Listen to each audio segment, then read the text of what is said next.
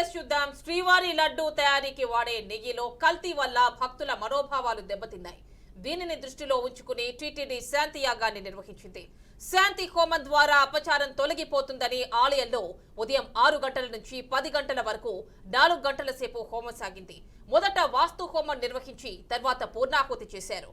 తరువాత పాంచగవ్య ద్రవ్యాలతో ఆలయంలోని కీలక ప్రాంతాల్లో సంప్రోక్షణ నిర్వహించారు. భక్తులు ఎటువంటి అపోహలకు గురి కాకుండా స్వామివారి దర్శనం చేసుకుని లడ్డూ ప్రసాదం స్వీకరించొచ్చని తిరుమల పండితులంటున్నారు.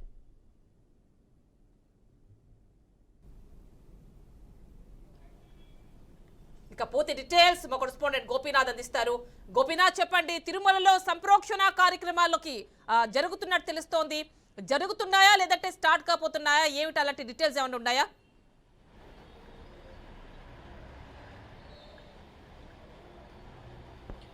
యామిని, ఇవాళ ఉదయం నుంచి కూడా స్వామివారికి సంబంధించి ఆలయంలో కైంకర్యాల అనంతరం ఏదైతే అంటే శ్రీవారి లడ్డూ ప్రసాదాలకు సంబంధించి ఈ అనిమల్స్ ఫ్యాట్ కలిసాయంటూ కూడా ఇప్పటికే కూడా టీటీడీ ప్రకటన చేసిన నేపథ్యంలో ఇప్పటికే కూడా దానికి సంబంధించి ఎంక్వైరీ నడుస్తుంది. అయితే శాంతి హోమానికి సంబంధించి అంటే లక్షలాది మంది భక్తుల మనోభావాలు దెబ్బతినే విధంగా కూడా ఈ రకంగా జరిగింది కాబట్టి దీనికి అంటే స్వామివారు శాంతిచ్చే రకంగా అదేవిధంగానే ప్రజలందరూ కూడా సుఖ సంతోషాలతో ఉండే రకంగా కూడా ప్రతిరోజు తిరుమలకి లక్షలాది మంది భక్తులు వస్తూ ఉంటారు కాబట్టి ఒక శాంతి హోమాన్ని టీటీడీ నిర్వహించడం జరిగింది. ఉదయం 6 గంటల నుంచి కూడా 10 గంటల వరకు కూడా ఈ శాంతి హోమాన్ని నిర్వహించారు. అయితే ఇందులో దాదాపుగా 8 మంది శ్రీవారి ఆలయంలో పనిచేసేటటువంటి స్వామి కైంకర్యాల్లో పాల్గొనేటటువంటి అర్చకులు నిర్వహించారు. అదే స్థాయిలోనే టీటీడీకి సంబంధించి ఆగమ సలహాదారులు వీళ్ళందరూ కూడా పాల్గొనడం జరిగింది. ఆలయం లోపల అంటే బంగారు వాకిలి సమీపంలో ప్రత్యేకంగా ఈ కార్యక్రమాలన్నీ కూడా ఏర్పాటు చేయడం జరిగింది. ఈ హోమాలన్నీ అయిన తర్వాత ఏదైతే ద్రవ్యాలతో కలిసినటువంటి ఏదైతే ఉన్నటువంటి ఆ వాటర్ని అంతా కూడా ఆలయం లోపలే కాకుండా చుట్టుపక్కల అంటే లడ్డూ ప్రసాదాల పోటు కావచ్చు, లేదంటే మిగిలినటువంటి లడ్డూ ప్రసాదాలు తయారు చేసే ప్రాంతాలు కావచ్చు, లేదంటే స్వామివారికి సంబంధించినటువంటి నైవేద్యాలు తయారు చేసే ప్రాంతాల్లో కూడా వాటన్నిటి కూడా పూర్ణాహుతితో కార్యక్రమాలు చేయడం జరిగింది.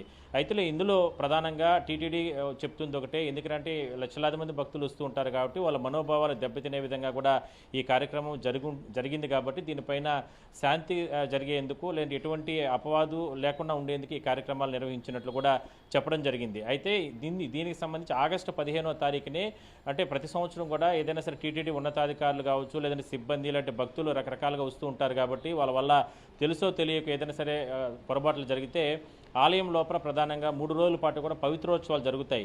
అయితే ఏదైతే ఇప్పటి వరకు మనం చెప్పుకున్నటువంటి నెయ్యి అంతా కూడా కలుషితమై అంటే అనిమల్స్ ఫ్యాట్స్తో కలిసినటువంటి నెయ్యి ఏదైతే వచ్చిందో అదంతా కూడా అంతకు ముందు జరిగింది. కానీ అంటే 15వ తారీఖు ఆగస్టు 15వ తారీఖు నుంచి కూడా 3 రోజుల పాటు పవిత్రోత్సవాలు జరిగినాయి. ఆ సమయంలో చేసినటువంటి యజ్ఞ యాగాదులు కావచ్చు, లేదంటే కైంకర్యాల విషయాలు అంటే మిగిలిన హోమాలు ఆ సమయంలో అన్ని కూడా అన్నింటి కూడా అన్ని దూరం అయిపోతాయి అనేది ప్రధానంగా వాళ్ళు చెప్తున్నారు, అర్చకులు చెప్తున్న దాన్ని బట్టి మనం చెప్పడం జరుగుతుంది.